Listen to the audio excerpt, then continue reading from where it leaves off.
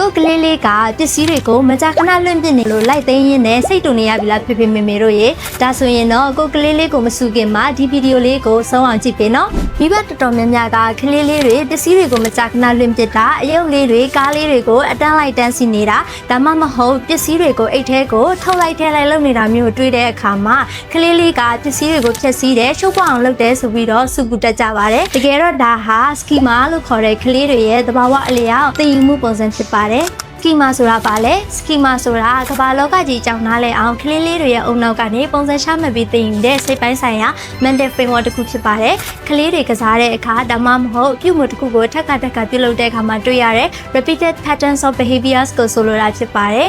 ဒါအပြင်ပိုပြီးရေးကြည့်တဲ့အရာကစကီမာဆိုတာတားမြစ်စရာမဟုတ်ပါဘူးเนาะဥပမာအားဖြင့်ကလေးလေးကအယုတ်လေးတွေကိုအမြင့်ကနေပြစ်ရှာတာအရာဝတ္ထုလေးတွေကိုလွှင့်ပစ်နေတာဟာတကယ်တော့ကမ္ဘာမြေရဲ့ဆွဲအားအချိန်နဲ့အရာဝတ္ထုတွေရဲ့ယူရပုံကိုစူးစမ်းလေ့လာနေတာပဲဖြစ်ပါတယ်ဒါကြောင့်မလို့ဖေဖေမေမေတို့ကကလေးလေးတွေဒီလိုပြစ်မှုနေတာကိုမြင်တဲ့အခါမှာမလုပ်ပါနဲ့လို့တားမြစ်မဲ့စားကလေးအတွက်အန္တရာယ်ရှိတဲ့ပစ္စည်းလေးတွေကိုအဝေးမှာပို့ပြီးတော့ကလေးလေးစူးစမ်းလေ့လာတဲ့အခါမှာအန္တရာယ်ကင်းစွာနဲ့လေ့လာနိုင်အောင်လို့အန္တရာယ်ကင်းတဲ့ပတ်ဝန်းကျင်တစ်ခုကိုဖန်တီးပေးလိုက်ရမှာဖြစ်ပါတယ်ရှင်ဒီအကြောင်းအရာဟာအရှာမိဘတွေအတွက်လည်းသုံးဝင်နိုင်တာမလို့ဖေဖေမေမေတို့အနေနဲ့ share လေးလုပ်သွားပေးပါအောင်နော် bye bye